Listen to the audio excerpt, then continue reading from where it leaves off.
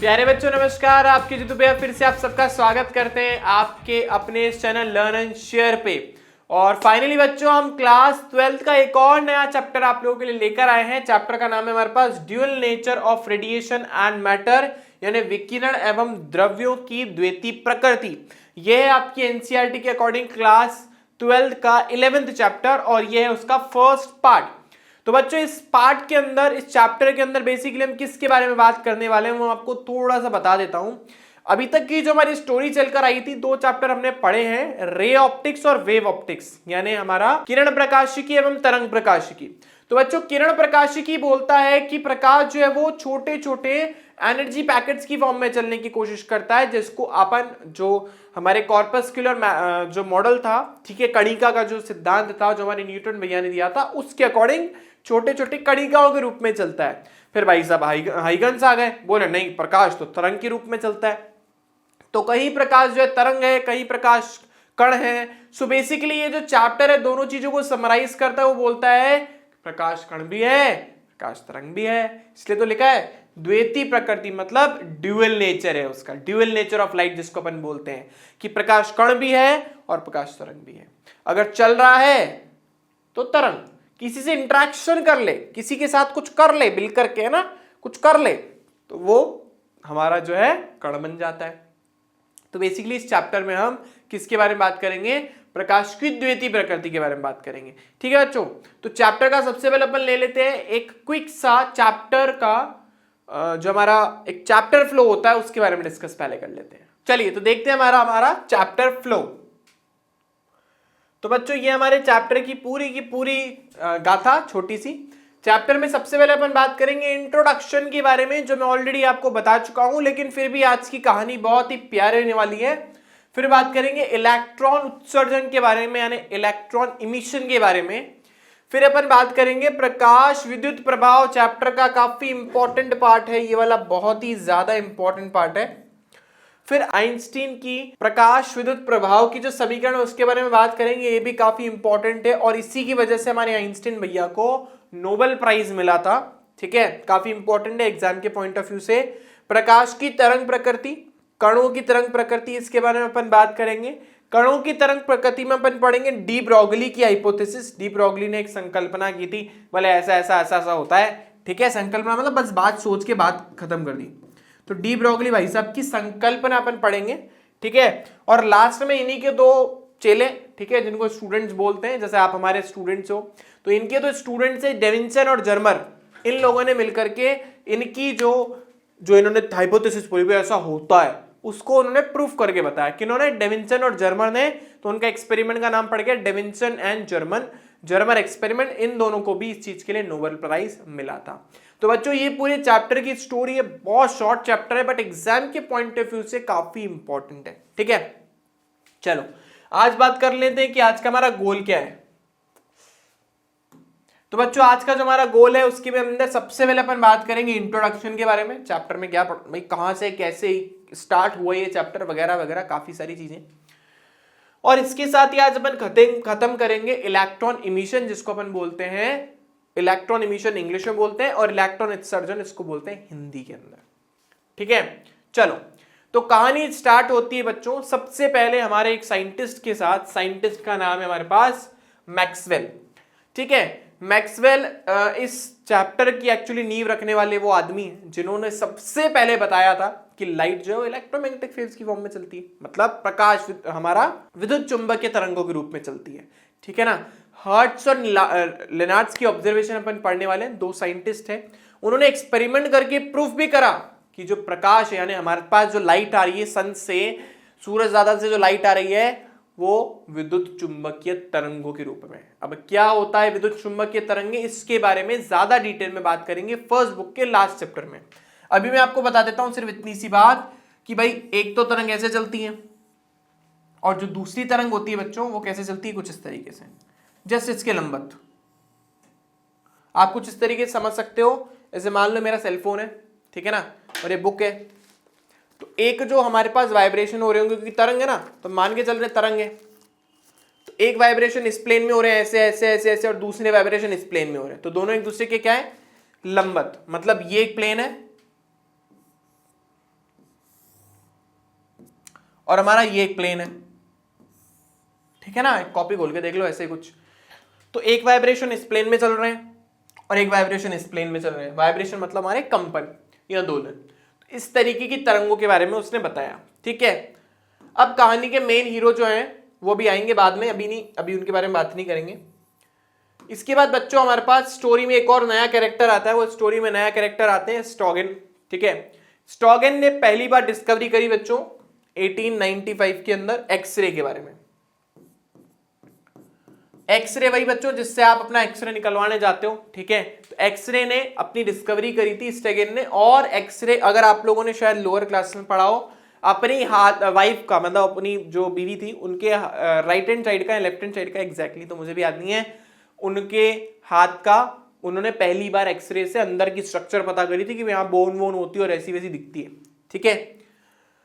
अब main story start करने वाले इस चैप्टर की कहानी है वो है हमारे पास, जिसके बारे में ऑलरेडी आप लोगों ने पढ़ा है, जे थॉमसन। अच्छा, तुम लोग हिंदी की बुक में ना इसको थॉमसन की जगह टॉमसन लिखा है, तो वो टॉमसन नहीं बच्चों, वो थॉमसन ही है, शायद सबने पढ़ा होगा। प्लम पुडिंग का मॉडल दिया था इन्होंने पहली बार, ठीक है। देखने में तो मेरे दादाजी जैसे लग रही है ना, मुच्छे मुच्छे लगा रखे हैं, चश्मा तो देखो पुराने जमाने का मस्त। तो जो जे थॉमसन जो है हमारे, उन्होंने किसके बारे में बात करी थी? प्लम पुडिंग का मॉडल आप सबको याद होगा, तरबूज की तरह होता है हमारा एटम यानी परमाणु, उसके बारे में बताया था कि तरबूज का जो रेड रेड कलर का पार्ट है ना, जो लाल लाल खाने वाला पार्ट होता है, वो तो है उसका पॉजिटिव पार्ट, और जो सीड्स होते हैं इसमें जो बीज होते हैं वो उसका होता है नेगेटिव पार्ट यानी इलेक्ट्रॉन्स। उसके बारे में बताया था, लेकिन पूरी तरीके से फेल मॉडल था उनका, ठीक है। चलिए, तो इनकी यहाँ पर क्या भूमिका है बच्चों? ये काफी इनोवेटिव आइडिया लेकर आए थे। ऑल्दो ऑलरेडी डिस्कवरी कर चुके थे हमारे एक साइंटिस्ट 1870 के आसपास, उन्होंने बात करी थी कैथोड रे ट्यूब के बारे में, ठीक है ना, कैथोड रे ट्यूब। अभी कैथोड रे ट्यूब क्या होती है इसके बारे में शायद लोअर क्लासेस में सबने पढ़ा होगा। 9th क्लास में एक चैप्टर था डिस्कवरी से, जब जे थॉमसन की कहानी आप लोगों ने पढ़ी होगी, वहां पे जरूर पढ़ा होगा। तो जे थॉमसन की बात तो बाद में ही, लेकिन एक साइंटिस्ट ऑलरेडी थे जिन्होंने कैथोड रे ट्यूब के बारे में बताया था। साइंटिस्ट का नाम था विलियम क्रुक्स। विलियम क्रुक्स का नाम था, क्रुक्स। विलियम क्रुक्स ने एक्चुअली कैथोड रे ट्यूब की डिस्कवरी पहले ही कर दी थी, बट वो उसके बारे में ज्यादा कुछ बता नहीं पाए थे। अभी क्या थी कैथोड रे ट्यूब, मैं आपको थोड़ा नेक्स्ट पेज पे आके बताता हूं। ये जो कैथोड रे ट्यूब थी, उन्होंने बोला यार ये तो इस तरीके की ट्यूब है, बोले इस ट्यूब के अंदर एक इलेक्ट्रोड डालो, मतलब एक प्लेट स्लेट डालो, इसको कनेक्ट कर दो कुछ इस तरीके से एक और दूसरी प्लेट से, ठीक है ना, और इसमें होल कर दो, ऐसे बहुत सारे छोटे छोटे छोटे छोटे होल कर दो। होल भी ढंग से नहीं हो रहे मेरे से, तो क्या हो गया है सर आपको? तो ये होल कर दो और यहां पर पीछे की तरफ जिंक सल्फेट की कोटिंग कर दो, यहां पर है ना, ZnS की कोटिंग कर दो। ये वही कोटिंग है जो आप लोगों के घर में पुराने जमाने में टीवी भी हुआ करते थे ना, उस पर इसी की कोटिंग होती थी। और बोले इसको हाई टेंशन की एक बैटरी से कनेक्ट करो, पावरफुल बैटरी से कनेक्ट कर दो। इसको अपन बोलते हैं हाई टेंशन बैटरी, HTB, ठीक है ना, टीबी नहीं HTB, हाई टेंशन बैटरी यानी उच्च बैटरी होती थी, उच्च वोल्टेज की बैटरी, उच्च वोल्टता की बैटरी, ठीक है। उच्च वोल्टता लिख देता हूं पूरा, नहीं तो तुम तो पता नहीं अर्थ का अनर्थ कर दोगे। उच्च वोल्टता की बैटरी है। तो ये जो उच्च वोल्टता की बैटरी है ये यहां पे कनेक्ट की, ठीक है। अच्छा, अंदर हमने काफी लो प्रेशर की, मतलब बहुत ही कम दाब की गैस डाल रखी है, कम दाब की गैस, ठीक है ना। तो काफी लो प्रेशर की इसमें गैस डली हुई है। अब हुआ क्या, तुम पोटेंशियल बढ़ाते जा रहे हो, मतलब तुमने क्या करा, वोल्टेज बढ़ाते जा रहे हो, बढ़ाते जा रहे हो, बढ़ाते जा रहे हो। अब इसकी जो गैस है ना अंदर की, वो हो गई आयनाइज्ड यानी आयनित, और वो आयनित गैस भागी जोर से, ऐसे भागी, बाकी इस होल को पास कर गए। अब जैसे वो इस होल को पास करके गई, दिखती नहीं थी, दिखी नहीं। अब ऑब्जर्व कैसे की उन लोगों ने, यहां पर इसकी वजह से ग्लो प्रोड्यूस हो गया, मतलब चमकने लग गया ये पार्ट, है ना, चमकने लग गया जिंक सल्फेट वाला पार्ट। लोगों ने बोला ये क्या हो गया, मतलब तुमने इसको बहुत ज्यादा हाई वोल्टेज की बैटरी से कनेक्ट करा, अंदर काफी कम दाब की गैस भरी और थोड़ी देर बाद देखा तो जिंक सल्फेट वाला पार्ट जो है वो तो ग्लो करने लग गया। मतलब इसमें से कोई ना कोई रे निकल रही है, कोई ना कोई रे इसमें से निकल रही है। उसके बारे में उन्होंने उनका नाम उन्होंने दे दिया कैथोड रे, इसलिए इसका नाम पड़ गया कैथोड रे ट्यूब। अब ये कैथोड रे क्या था क्या नहीं था इसके बारे में ज्यादा नहीं बता पाए, तो इसके बारे में बताया सबसे पहली बार बच्चों किसने बताया, उनका नाम मैं आप लोगों को बता देता हूं, पीछे बता चुका हूं वैसे तो मैं। वो थे जे थॉमसन। जे थॉमसन भैया ने बोला भाई ये जो तुम्हें दिख रही है ना, ये एक्चुअली और कोई नहीं, एक कैथोड रे ट्यूब से जो निकल रही है, कैथोड रे ट्यूब से जो आपको दिख रही है ये ऋणावेशित है। पहली बात तो ये ऋणावेशित है, मतलब नेगेटिवली चार्ज है। और इसका नाम उन्होंने बताया। अब बोले भाई यार उन्होंने एक चीज और नोटिस करी, यार मटेरियल चेंज कर दिया। मान लो पहले प्लेटिनम लगा रखा था, अभी कुछ और लगा दिया, फिर कुछ और लगा दिया, फिर सीजियम लगा दिया। बोले मटेरियल तो चेंज कर रहा हूं, कुछ हो ही नहीं रहा, फिर भी ग्लो आ रहा है। मतलब मटेरियल से कोई मतलब नहीं, गैस कोई भी भर रहा हूं कोई मतलब नहीं, मतलब कोई फर्क ही नहीं पड़ रहा है। इसका मतलब ये जो इसमें से रे प्रोड्यूस हो रही है जिसका नाम कैथोड रे है, वो इस गैस पे और मटेरियल पे डिपेंड ही नहीं करती, ठीक है। और ये गैस ऋणावेशित है, तो उसने उनका नाम दिया इसके अंदर, बोला कि भाई इसके अंदर जो गैस में जो पार्टिकल है उसका नाम उन्होंने दे दिया इलेक्ट्रॉन। यहीं से डिस्कवरी हुई थी इलेक्ट्रॉन की। अगर आपसे कोई पूछे कि इलेक्ट्रॉन की डिस्कवरी किसने करी थी तो वो जे थॉमसन थे, लेकिन कैथोड रे ट्यूब की डिस्कवरी करने वाले थे विलियम क्रूक्स। इन्होंने पहली बार 1870 में कर दी, मतलब इनसे भी पहले, तो 1887 की बात है, लेकिन 1857 में पहले कर चुके थे। सो बेसिकली यहां पर जो डिस्कवरी हुई इलेक्ट्रॉन की वो 19वीं सेंचुरी के लास्ट की, मतलब 19वीं शताब्दी के बाद, 1800 खत्म होने वाला ना, तो 19वीं शताब्दी आने वाली है। मतलब बोलते तो 19वीं शताब्दी है, जैसे अभी 21वीं शताब्दी चल रही है ना हमारी, तो रनिंग है ना, इसलिए 21वीं शताब्दी है। तो यहाँ पे 19वीं शताब्दी के अंत तक कहानी ऐसी हो गई कि भाई इलेक्ट्रॉन की डिस्कवरी हो चुकी थी। इन्होंने एक और बच्चा अच्छा काम किया, इन्होंने यहां पर स्पेसिफिक चार्ज की वैल्यू और कैलकुलेट करके दे दी भाई, ये तो और अच्छा काम कर दिया इन्होंने। तो जे थॉमसन ने एक और दूसरा काम किया, इन्होंने इलेक्ट्रॉन और उसके मास, यानी इलेक्ट्रॉन पर जो आवेश होता है और जो इलेक्ट्रॉन का द्रव्यमान होता है उसका अनुपात कैलकुलेट करा। ई यहाँ पे इलेक्ट्रॉन पर आवेश है और एम जो है इलेक्ट्रॉन का द्रव्यमान। किसी को पता नहीं ये क्वांटिटी क्या बता रही है, किसी को नहीं पता, इसलिए इसका नाम कर दिया उन्होंने स्पेसिफिक चार्ज। इसका नाम उन्होंने दिया स्पेसिफिक चार्ज, हिंदी में इसको बोलते हैं विशिष्ट आवेश। इसका नाम उन्होंने दे दिया विशिष्ट आवेश, ठीक है ना। पीछे लिख देता हूं मैं, यहाँ पे तो वही कचरा ही हो रहा है पूरा। अभी देखो इनकी फोटो पे आ जाएगा, अच्छा नहीं लग रहा, अरे रे रे गलत बात गलत बात गलत बात। पीछे लिख देते हैं इसको, अच्छा नहीं दिख रहा है ना। ये स्टोरी के एक और नायक है। तो जे थॉमसन ने, ये काफी बड़ी डिस्कवरी उन्होंने करी थी। जे थॉमसन ने एक चीज की और डिस्कवरी करी, कैथोड रे ट्यूब से जो निकल रहे थे ऋणावेशित कण, उसका नाम तो उन्होंने दे दिया कि वो इलेक्ट्रॉन है, ठीक है ना, नामकरण कर दिया उन्होंने। जब बच्चे का नामकरण होता है, इन्होंने भी नामकरण कर दिया।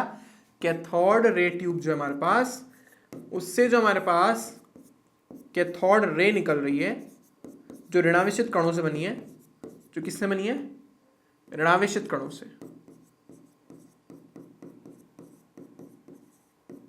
ऋणावेशित कणों से बनी है, उसका नाम उन्होंने इलेक्ट्रॉन दे दिया ना, नामकरण कर चुके हैं। साथ के साथ E/m, जिसको अपन बोलते हैं विशिष्ट आवेश, स्पेसिफिक चार्ज।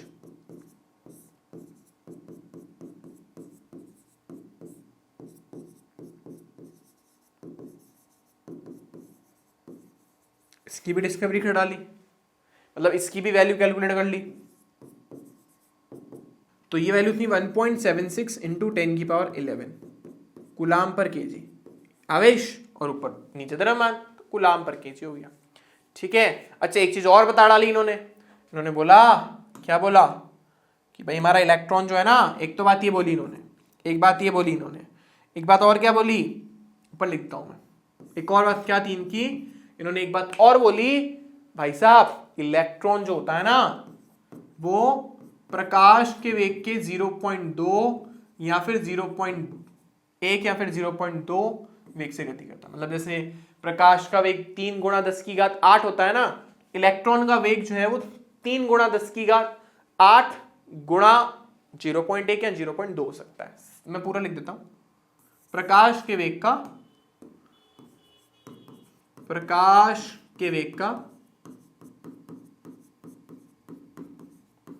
0.1 या 0.2 गुना। ठीक है, होप ये बात सबको क्लियर हो गई होगी। तो 0.1 या 0.2 गुना जो हमारे पास प्रकाश के वेग का वेग होता है एक इलेक्ट्रॉन, मतलब जो कैथोड रे इसके अंदर मस्त बीम जा रही है ना, उस बीम का वेग उन्होंने निकाल लिया। ठीक है, तो काफी अच्छी डिस्कवरी इन्होंने की।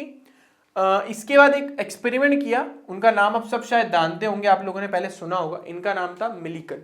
ठीक है ना, मिलिकन का ऑयल ड्रॉप एक्सपेरिमेंट केमिस्ट्री में कभी हुआ करता था, मतलब 11th क्लास के अंदर अगर पढ़ी हो तो एनसीईआरटी के लेफ्ट हैंड साइड पे नीचे एक डब्बा बना के लिखा था। इंग्लिश का तो मुझे पता है, हिंदी का मुझे एग्जैक्टली पेज नहीं पता।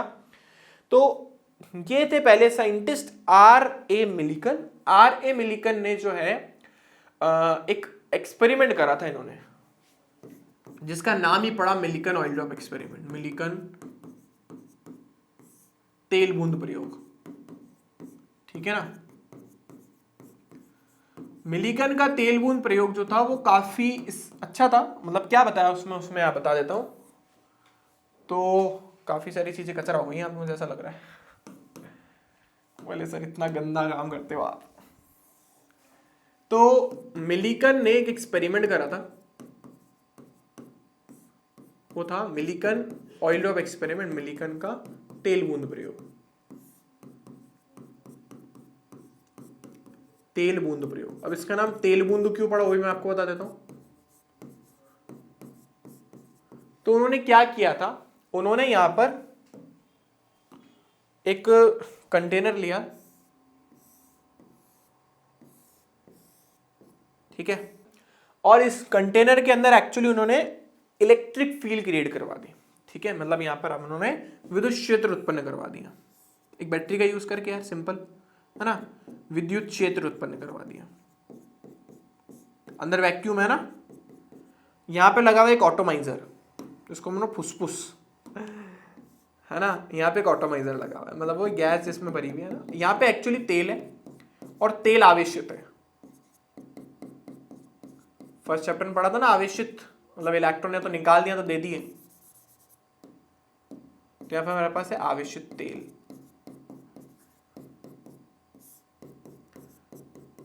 ठीक है ना, इसमें से ऑयल ड्रॉप निकली, मतलब ऑब्वियसली बात है ऑयल की छोटी छोटी बूंदें निकली और वो सस्पेंड हो गए यहाँ पे जाके। और इस एक्सपेरिमेंट के बेसिस पे उन्होंने क्या बोला, भाई एक इलेक्ट्रॉन पे आवेश बता डाला उन्होंने बोला एक इलेक्ट्रॉन पे इतना आवेश होता है, जो आप फर्स्ट चैप्टर में पढ़े थे, मैंने बोला था रट्टा मार लेना उसका, वो चीज इन्होंने बताई। उन्होंने बोला कि किसी भी, अब यहां पे एक कहानी आ जाती है क्वांटीकरण का सिद्धांत, कि किसी भी पदार्थ पर इलेक्ट्रॉन मतलब जो भी उसके ऊपर आवेश होगा वो 1.6 गुणा 10⁻⁻19 का गुणज होगा। ठीक है ना, समगुणज होगा। मतलब जैसे 16 इलेक्ट्रॉन गए, 18 गए, 20 गए, 25 गए, 25.5 नहीं जा सकते ऑब्वियस है। ठीक है, तो उन्होंने यहां पर एक नियम दिया, क्वांटीकरण का नियम, कि जब भी इलेक्ट्रॉन का ट्रांसफर होगा, मतलब जब भी कोई वस्तु आवेशित की जाएगी तो वो इस नंबर का पूर्ण गुणज होना चाहिए। ठीक है ना, जो हमने ऑलरेडी चैप्टर नंबर 1 में अच्छे से पढ़ा है, तो मैं यहाँ पे ज्यादा डिटेल में आपको नहीं बताऊंगा। क्वांटीकरण के बारे में उन्होंने पहली बार बात की थी। ठीक है ना, और एक इलेक्ट्रॉन पर आवेश भी उन्होंने कैलकुलेट किया था, जो काफी बड़ी बात थी उस टाइम पे। ठीक है, तो एक दिमाग में क्वेश्चन हमारे पास आ रहा है, मेरे दिमाग में तो आ रहा है, इसका वेग कैसे निकाला है, क्या करा उन्होंने ऐसा जिससे इसका वेग निकला, और क्यों हम कैथोड रे ट्यूब को इतना डिटेल में पढ़ते हैं, ये क्या कहाँ यूज आ रहा है, ये कैथोड रे ट्यूब क्या है सर, कैथोड रे लगा रखा आपने, यूज कहाँ आता है, कहाँ देख लिया हमने तो नहीं देखा, कभी देखा है बचपन में, अभी तो चलो ठीक है बचपन का तो मुझे पता नहीं, लेकिन आप सब ने, मैंने तो देखी है टीवी, आप लोग का मुझे ध्यान नहीं है, मैं पहले बोल रहा हूँ। तो और बचपन में हमने कंप्यूटर में तो यही एक ही चीज पढ़ी है। ठीक है, तो पहले की जो स्क्रीन होती थी, ये बड़ी बड़ी स्क्रीन, मतलब स्क्रीन तो छोटी, पीछे इतना बड़ा पता नहीं क्या निकला बड़ा, उसका पेट निकला हुआ है, पता नहीं क्या निकला हुआ है। तो वहां पे क्या होता था, यहाँ पे मेरे पास टीवी, ये टीवी की स्क्रीन है, बहुत गंदी मुझे पता है लेकिन समझ जाना यार, ठीक है। तो यहां पर क्या होता था मैं आपको बता देता हूं, यहां पे एक्चुअली लगी हुई होती थी जिसको अपन बोलते थे इलेक्ट्रॉन गन। एक्चुअली ये इलेक्ट्रॉन गन वही है जैसे अभी अपन ने बात की थी, और इसमें से निकल रही है कैथोड रे।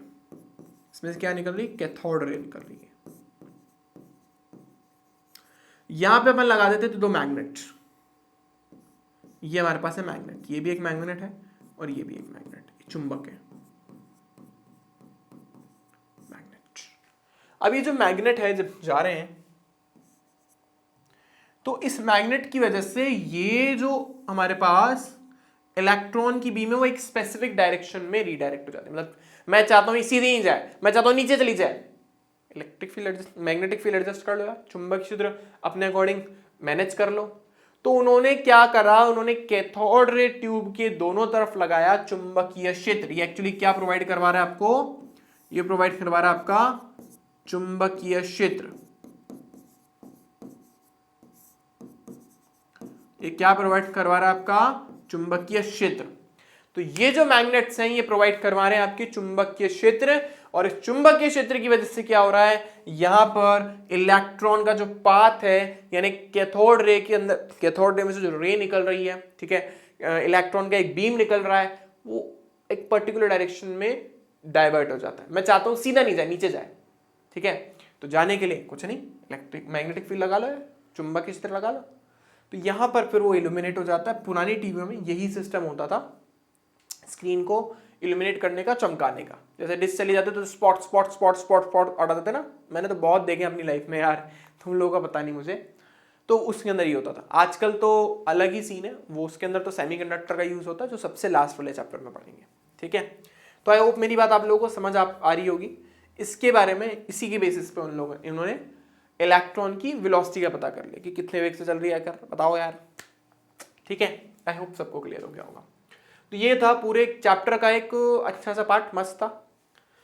अब बात हम करते हैं आज के एक बहुत ही प्यारे टॉपिक के बारे में बच्चों। वो टॉपिक है हमारे पास इलेक्ट्रॉन उत्सर्जन। इलेक्ट्रॉन उत्सर्जन, इसको इंग्लिश में बोलते हैं इलेक्ट्रॉन इमिशन, ठीक है। क्या होता है इलेक्ट्रॉन इमिशन का मतलब, भाई ये आपका कोई भी मान लो मटेरियल है, इसको अपन बोलते हैं फोटो सेंसिटिव मटेरियल। ये फोटो सेंसिटिव मटेरियल है,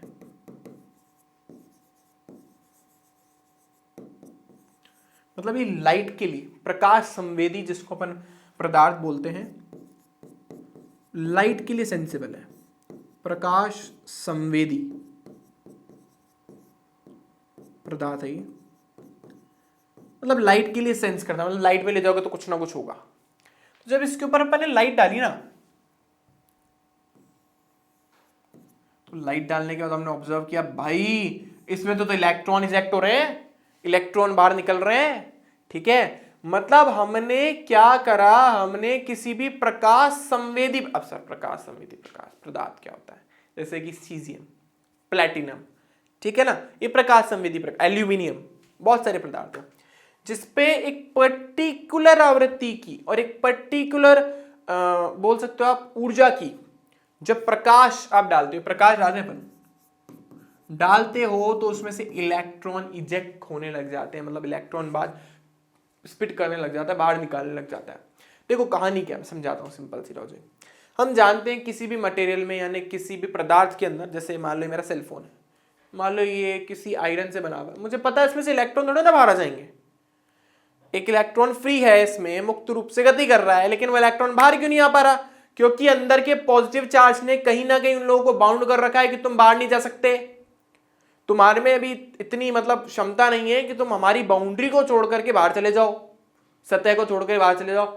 मान रहे हो कि हम फ्री हैं, लेकिन हम तुम्हें घर नहीं जाने देंगे। मतलब स्कूल में घूमते रहो, कोई टेंशन नहीं, लेकिन स्कूल बिल्डिंग के बाहर नहीं जा सकते, गेट की या बाउंड्री के बाहर नहीं जा सकते। तो है तो इस मटेरियल की सरफेस के अंदर ही, ठीक है। मतलब ये आपका मटेरियल है, इलेक्ट्रॉन इसी के अंदर, मतलब मान लो फ्रीली मूव कर रहे होंगे, कोई टेंशन नहीं है, लेकिन बाहर नहीं जा सकते। अब हमने क्या करा, हमने बोला ठीक है यार कोई बात नहीं, मत आने दो, मम्मी आई है लेने के लिए, पापा आए लेने के लिए, ठीक है, भाई आया यार घर पे काम आ गया है, बच्चे को भेज दो, हाफ डे दे दो, ठीक है। तो ये जो मम्मी है, पापा है, या जो भाई है, जो रिलेटिव जो भी हमको लेने आए हैं, ये है वो एनर्जी जो इस इलेक्ट्रॉन को बच्चों बाहर फेंक सकती है। ये है वो एनर्जी जो इलेक्ट्रॉन को बाहर फेंक सकती है। और ये एनर्जी किसके फॉर्म में देते हैं अपन? प्रकाश की फॉर्म में। देने को तो और भी बहुत चीजें देने के लिए, ठीक है ना, इलेक्ट्रॉन का उत्सर्जन करना है, ये प्रकाश की फॉर्म में हो सकती है। आप चाहो तो इसको गर्म कर सकते हो, हीट कर दो बहुत ज्यादा, गर्म किए है ना, समझ जाओगे तुम लोग। तो प्रकाश दे करके उसको गर्म करके, मतलब किसी भी तरीके से उसको एनर्जी देनी, हीट, मतलब किसी भी तरीके से उसको ऊष्मा दे दो, मतलब एनर्जी दे दो, हीट दे दो, हीट की फॉर्म में दो, लाइट की फॉर्म में दो, किसी भी फॉर्म में दो, बस ऊर्जा दो उसको। अब जब उसको ऊर्जा दोगे, चाहे फिर मम्मी लेने आए, चाहे पापा लेने आए, चाहे रिलेटिव लेना, कोई फर्क नहीं पड़ता है, चलती तो है ना, स्कूल में पढ़ेंगे, तो बस ये इलेक्ट्रॉन बाहर निकल जाएगा। तो जब भी हम किसी भी पदार्थ के को क्या करते हैं, गर्म करते हैं, ऊर्जा देते हैं, तो ऊर्जा देने से क्या होता है, उसमें से इलेक्ट्रॉन बाहर निकल जाते हैं, मतलब इलेक्ट्रॉन बाहर चले जाते हैं उस मटेरियल की सरफेस को छोड़ करके, उस पदार्थ की सतह को छोड़ करके। इसी को अपन बोलते हैं इलेक्ट्रॉनों का उत्सर्जन। नाम से समझ ना, इलेक्ट्रॉनों का क्या हो रहा है, इमिशन हो रहा है, ठीक है। तो इसकी डेफिनेशन अगर मैं आप लोगों के लिए लिखूं, इन सबको हटा देते हैं अपन। आई होप थोड़ा फील तो आ ही गया होगा यार, चैप्टर अच्छा है, बहुत बहुत इंटरेस्टिंग और बहुत अच्छा चैप्टर है।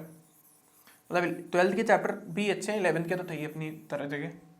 तो हम क्या बोलेंगे, जब किसी पदार्थ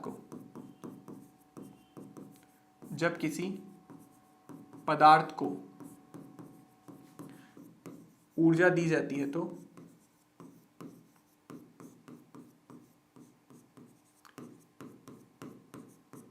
तो उससे इलेक्ट्रॉन उत्सर्जित होते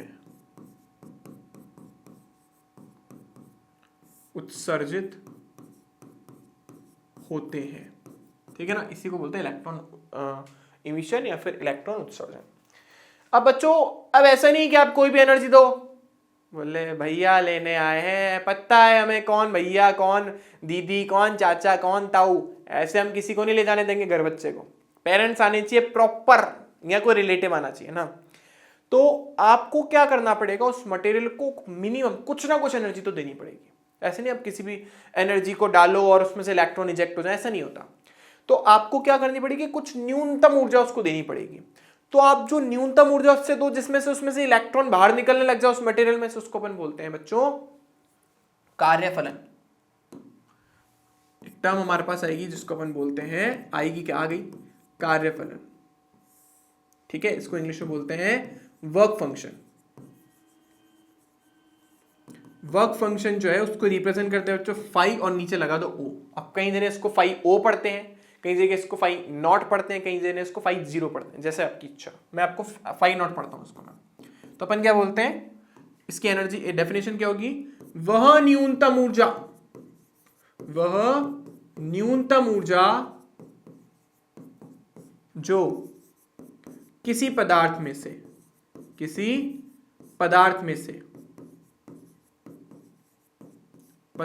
से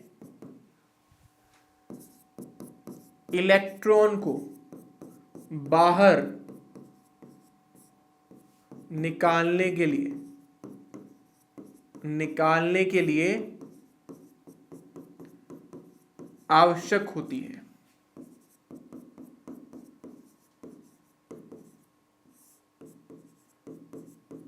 कार्यफलन कहलाती है, ठीक है। उसी को अपन बोलते हैं वर्क फंक्शन, कार्यफलन।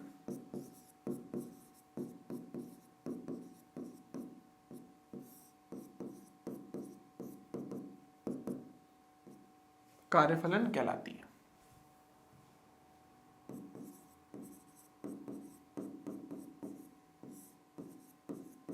ठीक है बच्चों। तो ये कार्यफलन की होगी हमारे पास डेफिनेशन। अब जो जनरली मटेरियल्स के लिए, अच्छा एक इलेक्ट्रॉन की बात चल रही है, ध्यान रखना, एक इलेक्ट्रॉन को बाहर निकालना है, उसको अपन कार्यफलन बोल रहे हैं। तो बच्चों कार्यफलन जनरली अपन मेजर करते हैं बच्चों इलेक्ट्रॉन वोल्ट में। कार्यफलन प्राय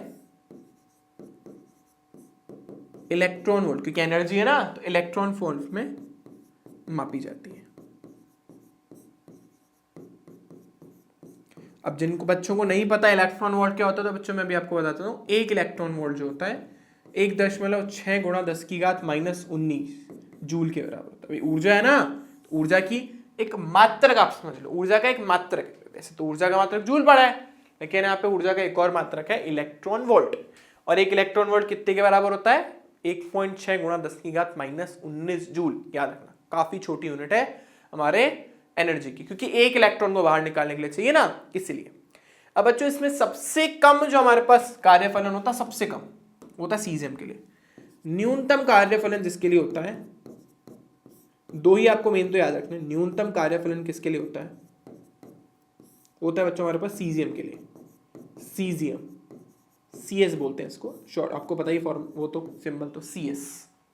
ठीक है, तो बच्चों सीजियम के लिए जो होता है हमारे पास, वो न्यूनतम होता है 2.14 इलेक्ट्रॉन। 214 से याद रख देना आप लोग, 214 है ना। और अधिकतम प्लेटिनम के लिए होता है।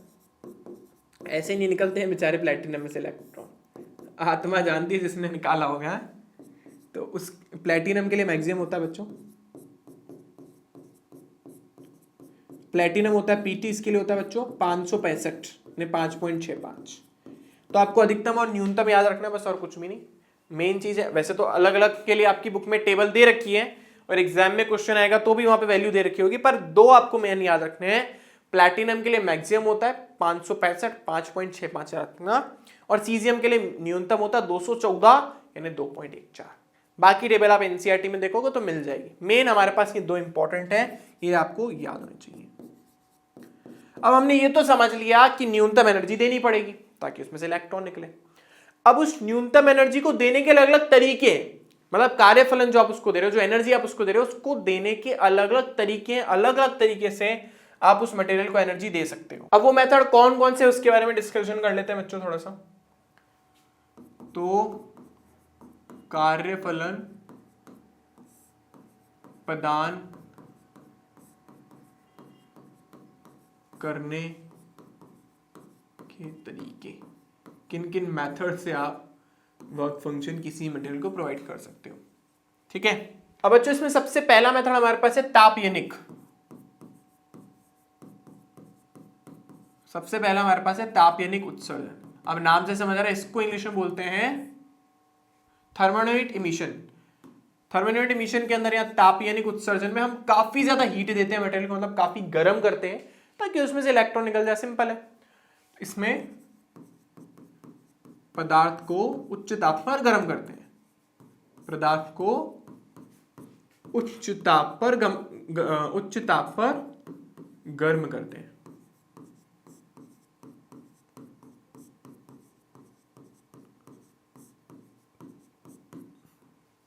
नेक्स्ट है बच्चों हमारे पास फील्ड एमिशन।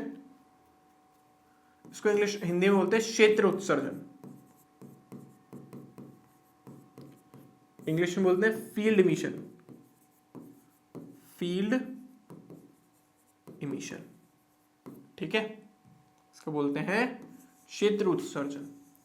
इसमें हम क्या पढ़ते हैं, इसमें हम काफी ज्यादा स्ट्रॉन्ग इलेक्ट्रिक फील्ड लगाते हैं, मतलब विद्युत क्षेत्र लगाते हैं। ठीक है, जिस मटेरियल में से इलेक्ट्रॉन निकालने हैं उसमें काफी ज्यादा स्ट्रॉन्ग इलेक्ट्रिक फील्ड लगाते हैं, ऑब्वियसली बैटरी का यूज करके। तो इसमें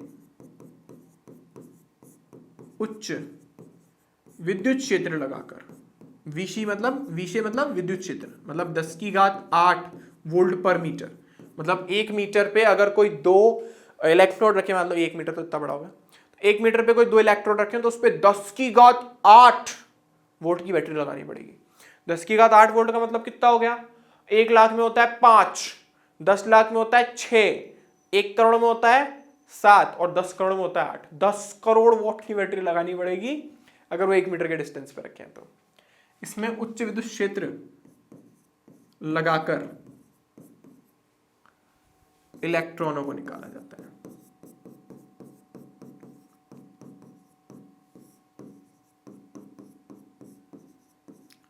ठीक है, और बच्चों लास्ट है हमारे पास प्रकाश विद्युत प्रभाव।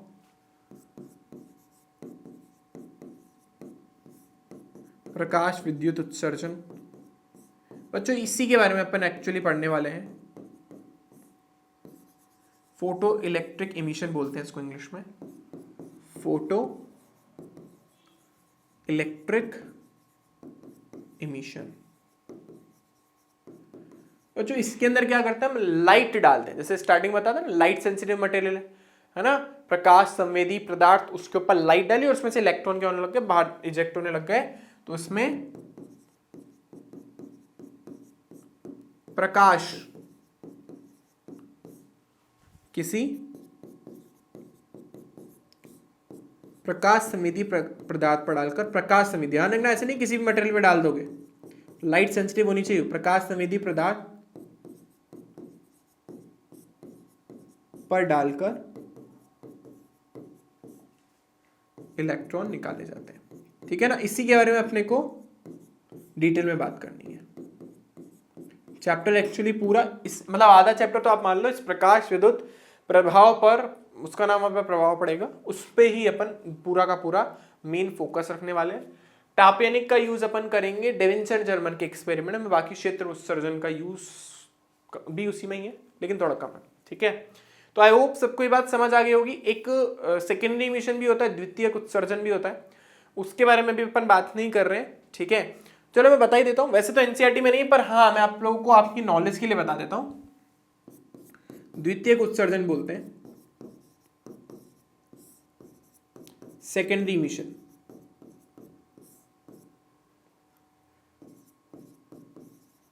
सेकेंडरी इमिशन, अब इसमें क्या होता है, इसमें हमारे पास ऑलरेडी इलेक्ट्रॉन है, मेरे पास ऑलरेडी इलेक्ट्रॉन है, और इस इलेक्ट्रॉन गन को, जैसे लेजर लाइट होती है, इलेक्ट्रॉन गन की बीम है, उसको फोटो सेंसिटिव मटेरियल पे डालो, इलेक्ट्रॉन निकालो। इसमें क्या करते हैं अपन, सेकेंडरी इमिशन में क्या करते हैं, जैसे मान लो मेरे पास ये इलेक्ट्रॉन गन है ना, इसको अपन बोलते हैं इलेक्ट्रॉन गन, क्या वाली है ना, और उसको किसी फोटो सेंसिटिव मतलब किसी भी मटेरियल पे डालते हैं, इलेक्ट्रॉन डाले। अब ये जो इलेक्ट्रॉन है ना, जब इस मटेरियल की, इस पदार्थ के इलेक्ट्रॉनों से टकराएंगे तो अपनी एनर्जी उसको दे देंगे और वो इलेक्ट्रॉन बाहर निकल जाएंगे। ठीक है, इलेक्ट्रॉन डाले इलेक्ट्रॉन निकालने के लिए, वैसे तो कोई लॉजिकली इसमें हमारा नुकसान ही है, इलेक्ट्रॉन में मेरे पास पहले ही थे और उस मटेरियल में से इलेक्ट्रॉन निकालने थे।